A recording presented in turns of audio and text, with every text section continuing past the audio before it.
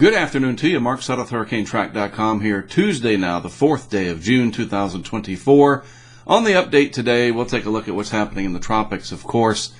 But then I want to compare 2020, 4 years ago, versus now. And I think you're going to be kind of astounded if you don't remember where we were tropics-wise. We know where we were on all that other stuff. Some of it's very similar, isn't it? Anyway, yes, we'll take a look at what it was like 4 years ago. We were well ahead of where we are now, that's for sure. So just kind of comparing and contrasting 4 years ago versus now, some of the similarities there, of course, and then what to look for as we move forward through the rest of the month of June. All right, let's get on with it. Good to have you with me. Let's take a look at what we've got out here. First, National Hurricane Center homepage, of course. Nothing brewing in the Atlantic right now over the next 2 days. And yes, their outlook goes out to 7 days. So when we look at computer models, we're going to look at 7 days ourselves. So just to clarify that, YouTube comment yesterday was suggesting that they only went out, I think, 5 days or something like that. The official forecast only goes out for 5 days, but the tropical weather outlook is indeed 168 hours. Nothing in the Atlantic, nothing in the Pacific over those next 168 hours. So that's good. What's it look like from the satellite perspective? Some shower and thunderstorm activity down here in the vicinity of the central Caribbean. A little bit more disorganized shower and thunderstorm activity north and east from there. Pretty dry, stable air coming in over here. You can just tell by looking at the cloud pattern. A very clear Gulf of Mexico, so it'll continue to warm. So really nothing to speak of in the Atlantic Basin right now, which is expected because it's June 4th. Even though it is hurricane season, even though we are expecting a very busy season, that doesn't necessarily mean that we're going to have something all the time.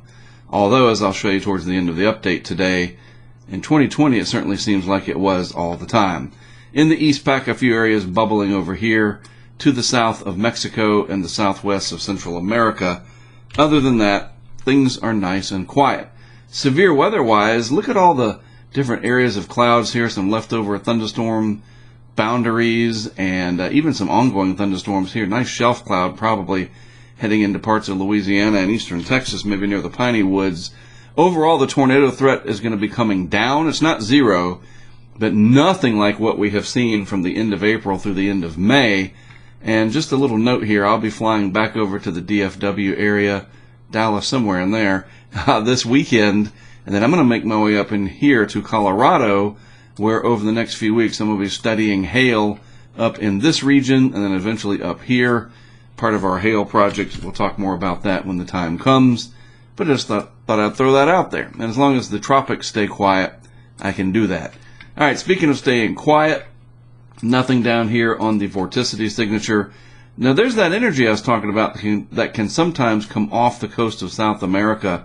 Vorticity, it's hard to explain exactly what that is in layman's terms, but think of it as a spark. And this is one of those potential sparks. It's sort of on the low end of the spark scale, if you will. A tropical wave that will be coming along, and there's none out here right now that are really showing up in the vorticity signature. That's how anemic they are, but those would be a much bigger spark. Here's that piece of energy that's north and east of the islands over here, but it's elongated. And of course, this is way up in the northern latitudes, and all that energy is spread out. What we look for in the tropics, and if you watch my videos enough, you know what I'm going to tell you. We look for the energy to bundle.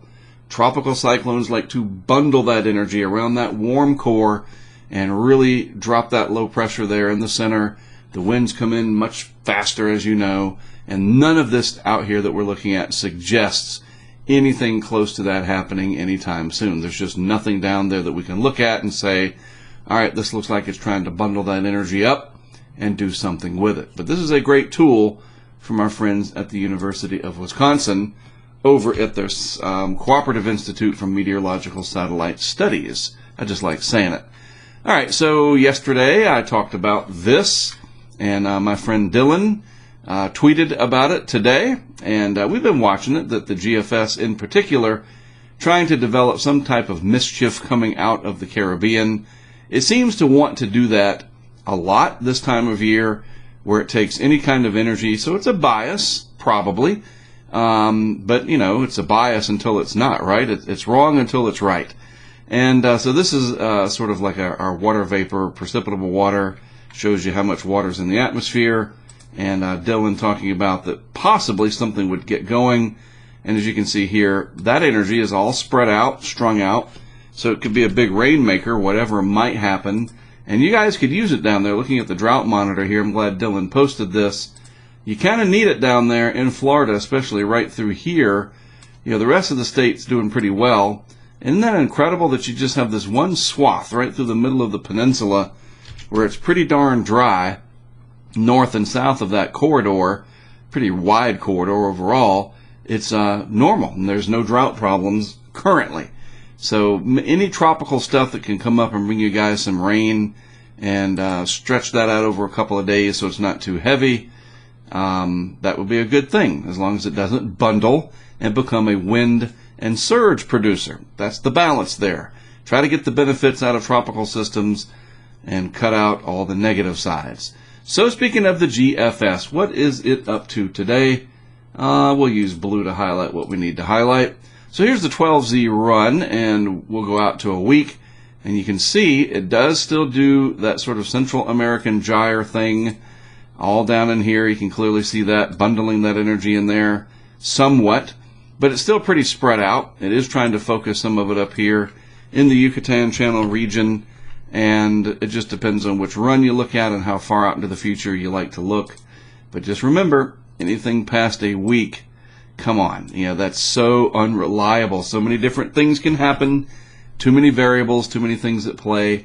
But over the next week, we will be watching to see this overall pattern change that possibly portends something trying to get going in the western and northwestern Caribbean Sea. Now, to be fair, last night's Euro, wanted to show that, still has a similar solution overall. You can even see here, this is the next couple of days, the turning of these wind barbs, you know, so everything's not just coming straight through. You do have somewhat of that signature of this gyre trying to show up. It's not as pronounced on the Euro. And if we take it all the way out to a week's time itself, no, it does not match the GFS, excuse me, the GFS at all. And yeah, that sometimes is not surprising, isn't it? But it does bring a pretty good fetch of moisture strung out. You can clearly see that, all that energy there strung out over quite a long distance, but maybe some rain. Just the southwesterly flow over the peninsula at the lower levels could bring in some low-level moisture to help pop some thunderstorms up. And you notice that energy, that yellow right there, that is right over, very close to and right over that drought area. So maybe some rain one way or the other. We'll see. All right, so 2020, going back to that awful year, so many things were terrible about it. The Colorado State University forecast as of April, now we're getting ready to get another update from them on the 11th of this month for 2024. But this is what things were looking like back in 2020. The first numbers forecast 4 years ago in April were 16, 8, and 4. Obviously, they were way wrong on the low side because we ended up with twice those numbers for the most part, especially the named storms. And we did have a pretty big ace year that year. I think it was like in the 180s or something like that. But the bottom line was it was a very robust forecast, very aggressive, and we know what happened. We ended up with 30 named storms that year. This is what the sea surface temperature anomaly pattern looked like on June 3rd, 4 years ago. All right, just to remind you, I've showed this often lately, but this is a different comparison. I think this will be pretty fascinating to you. Notice the very cold water relative to average up here in the subtropics and the high latitudes. And then we have the warm water relative to average down in the deep tropics and the developing La Nina in the tropical Pacific. And that set of different clues there led to the eventual forecast of a hyperactive season. That's what we had. All right.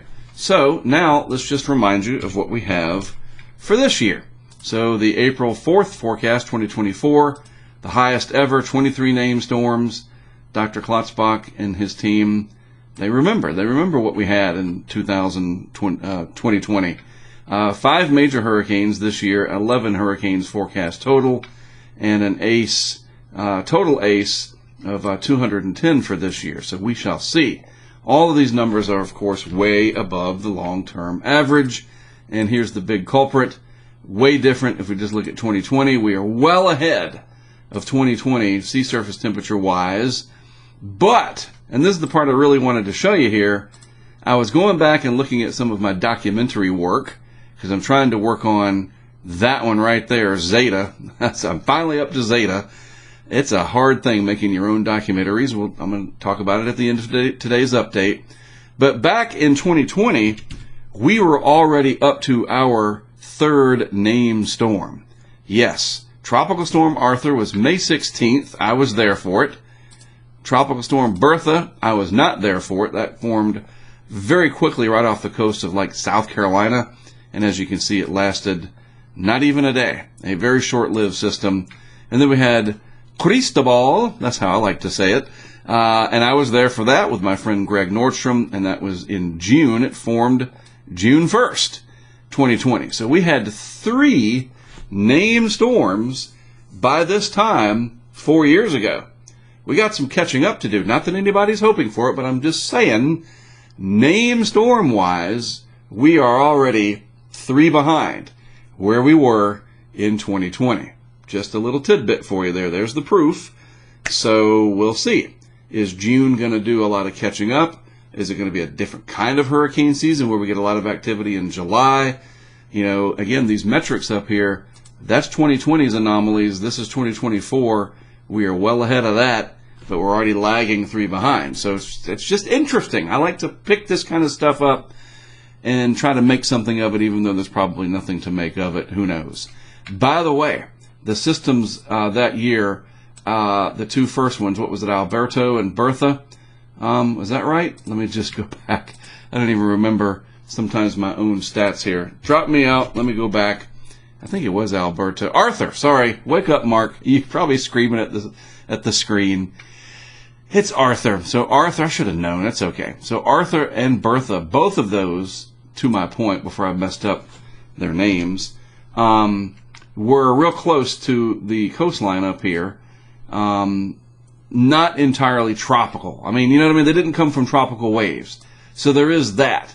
And Cristobal, as I like to say, did form from that Central American gyre down here. So the 2 that formed up here, you count them, but they were just those weird mid-latitude origin. You know what I mean? So I don't want to put too much weight on the fact that we were already 3 ahead of where we are this year, because these first 2 were not tropical origin systems. You know what I mean? And Cristobal there was from the Central American gyre, if I do remember correctly. And by the way, when did we have Dolly? June 22nd. Yes, we had a lot of activity in the month of June. And then we had Edward. That happened July 4th. So a little bit of history for you there. And even for me, I had to remember it was Arthur. Arthur. Come on, Mark. Anyway, so I was looking over here, just kind of, you know, in the future, like what is, that's what the thread is at Storm 2K, 2024 indicators. Where do we go? We are behind, so are we going to do any catching up anytime soon? What is everybody else looking at? I was kind of scrolling through all kinds of cool stuff, and I get down to the bottom here, and lo and behold, there's some sea surface temperature data that caught my eye. And this is Luis, Cyclone Eye, that posted this. Both of these different pieces here, and I have expanded upon them, and I wanted to show you. Andy Hazelton, down at HRD. The anomaly plots from Brian McNolly show the ocean heat content in the MDR, and we're well above where we should be. But it really puts into perspective, into context, how unbelievable these last 2 years have been. Most years stay within around 10, joules per kilogram, thousands of joules per square centimeter of the mean. That's some energy for you there. Physics beyond my pay grade. Right now, we are double that, all right, at 20,000 joules per square centimeter, if I understand that correctly. And in layman's terms, tons of potential energy. But we are 3 behind where we were 4 years ago. Isn't that interesting? And then this other one here from Zach Zach Covey, yes, the main development region and the Gulf are running well above average, but what's more stunning is a stat in my eyes is that what he's saying here is that the North Atlantic as a whole running 1.5 Celsius above average. So, wow. So while stats like the MDR, as hot as it is, and it would be early August and until you reach this point normally, that's certainly more eye-catching. Seeing the entire Atlantic basin run 1.5 Celsius above average is one of the larger reasons subsections of the Atlantic are experiencing marine heat waves. So it brings to mind to me, too, maybe we do get more of a spread out season with more named storms just far away from the tropics, because everything seems to be warming up everywhere. And longer lived, this could be very important for the ACE, longer lived systems farther north. Because the accumulated cyclone energy, that first word, accumulated, not only does that mean for the whole, but also each individual storm or hurricane, how long does it accumulate that energy? How long is that wind energy expended, so to speak, for it to count? And that's calculated every 6 hours. And so the warmer the water is up into the higher latitudes, the longer these systems can last, and maybe we get a higher ACE score. So just a lot of interesting stuff out there, even though there's not much happening in the tropics per se. All right, hopefully all of this made some sense. If not, watch it again, and maybe it will. All right, so a lot of this came from me watching my own work. I was doing some work here to kind of get me motivated again to really jump in and finish up the second season of our documentary series, The Hurricane Highway. 2 seasons of it. This replaced the Tracking the Hurricanes movies that I was making. I did in 04 and 05 and 08, and then like a 16, 17, and 18. They're like 2-hour movies, like a long documentary, long format documentary, and they were narrated, so you didn't have those interviews like in a regular documentary. There's different ways of doing documentaries, but anyway, the new version called The Hurricane Highway, season 1 covers 2019 with a little bit of like foreshadowing and origin story kind of stuff at the very beginning of the first episode. I think it's called The First Miles. And then season 2 covers 2020. And the very first episode is called Alternate Reality, speaking of 2020. And so I was just kind of watching these last night, a couple of them, kind of getting the spark back to get back into working on the Zeta episode. I've been kind of out of it a little bit. And then I was thinking, you know what? I need to remind my audience that these are there. They're all supported by our Patreon crowdfunding effort, and it is a heck of an effort. The team effort to go out and capture the data, the video, the stories, and then our metaphorical and very real Hurricane Highway. Sometimes it runs right through the swamps and bayous of Louisiana and elsewhere. So yeah, check it out. It's a playlist. Season 2, I think, is really, really good. You'll like it. And just watching it again last night, I watched the first 2 episodes of Season 2, Alternate Reality, and then the next episode is called Wide Open Spaces. And it was like, wow, this is not bad for somebody that did not go to film school, that's just kind of doing this as sort of a legacy of to showcase what we do. So anyway, I wanted to make you aware of these. There's the playlist over there. It's easy to find, hopefully. It's called The Hurricane Highway, Seasons 1 and 2. And I am on Zeta. I'm working on it. I'm about 80% of the way done. And then I have to do Eta, which was the wrap-up of 2020. And then we start working on Season 3, which covers 2021's hurricane season. But again, this is a creative endeavor, and different things come along, and just stuff takes time. I mean, look how long it took between Avatar and the sequel. Many, many years. Not saying it's going to take that long, nor am I James Cameron. I'm just saying. Sometimes the good stuff is worth waiting for. But a couple people have asked me about it. Are you going to make another episode? And I appreciate that. That means that you appreciate it. Yes, I am working on it, and I'm excited. I'm hoping that rewatching those episodes last night will motivate me to get back in and knock the rest of this stuff out, because I think we're going to have a big enough season this year that my hands are going to be full even more, and I'm getting farther and farther behind. I got to get a production team or something, but I just like being in complete control. Anyway, it's just filmmaking stuff, all right? So that's it for the tropics. That's what's happening 2020 versus now. Some similarities, some differences. At least things are quiet for the time being. All right, from all of us at Hurricane Track, I am Mark Sutta. Thanks for watching. I'll be back with more for you tomorrow.